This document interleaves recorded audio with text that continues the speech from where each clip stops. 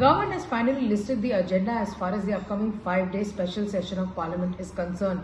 According to the Parliamentary Bulletin, the first day of the session will be a discussion on the functioning of India's Parliament and celebration of the 75 years of glorious history.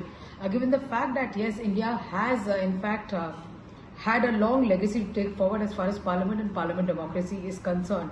Having said that, the second day of Parliament, which is of course on the 19th of September, will be another special day, given the fact that it is pretty likely that the government will move from the old Parliament to the new Parliament, because 19th of September marks Vinayak Chaturthi or Ganesh Chaturthi, which is a very, very auspicious occasion. What we are given to understand by way of sources is that possibly on the 19th there will be a discussion also in the Central Hall of Parliament, following which the procedure will be to move to the new Parliament. The government has listed about 4 to 5 bills in both houses. One of the bills that is listed in the Rajya Sabha is that of the repealing bill, which is already passed by the Lok Sabha. As far as the Lok Sabha is concerned, amongst the agenda that is really there is the Press and Periodical Bill and also the Advocates Amendment Bill. But one of the crucial bills that the government is looking for passage, which was introduced in the Rajya Sabha, is the contentious CEC Appointment Bill. Now remember, the opposition had fought tooth and nail against this bill, saying that the government of the day is trying to muzzle our voices and is trying to take control of all the independent institutions in this country as well. What this bill proposed was that there should be a 3-member panel which should be appointed, so that the appointment of the ECs and the CECs can take place, and also the tenure can be decided as well. Well, the CGI, who was earlier part of the panel to decide the CEC, has now been replaced, and in his place there will be a cabinet minister. So the composition of this particular panel will be the Prime Minister himself, the CEC, another cabinet minister in the ranks, and also Adhir Ranjan Chaudhary, who is of course currently the Congress leader, even though the position says it is for the leader of the opposition. But given Congress's numbers, they do not have the leader of the opposition position, which is available right now as well. So obviously there is a lot of buzz that was doing the rounds in terms of how this session would turn out to be, and whether the government would come up with something extraordinary, come up with a spring up a surprise as well. As of now, according to the agenda, it looks like a very, very normal agenda which has been set forth as well.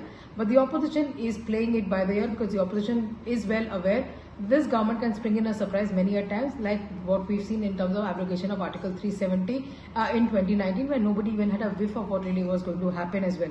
The government has called in for a special session of Parliament from 18th to 22nd of September, and of course, apart from the bill, the government has also today had a discussion among themselves. Deputy Leader of the Lok Sabha, Rajnath Singh, held a meeting with senior ministers in the government, including Piyush Goyal. He also had a meeting with Arjuna Meghwal, with Prahlad Joshi, with V. Muralidharan amongst the others, to talk about the functioning of the Parliament. Rajnath Singh is also essentially one minister who heads the Cabinet Committee for Parliamentary Affairs as well. So at this juncture also, what we do know is that on Sunday there will be a special, ahead of the start of the special session of Parliament, the government has also called for an all-party meeting at 4:30 p.m. In Parliament, where they expect the Parliament, ahead of the start of the session, they expect the opposition leaders to come on board, and they will have a discussion on what they can expect as far as the upcoming session is concerned. On their part, of course, you've seen senior leaders in the opposition, whether it is Derek O'Brien or whether you've seen Jairam Ramesh come out and really say that it was only their pressure by them that the government was supposed to release the agenda. But however, they've come up with a word of caution, saying that we do not trust what this government says on the face of it, because in reality we do not really know what we can expect, and probably they've reserved some surprises for the last moment. So all eyes now will be on the next week when the Parliament session resumes. Given the track record of this government, which is known to keep its cards very close to its chest, as of now the media has also been kept guessing in terms of what further could really come. Whether or not they could bring in any surprise bills is something which remains to be watched out for. But as of now, the list of bills is already out for the public to really see.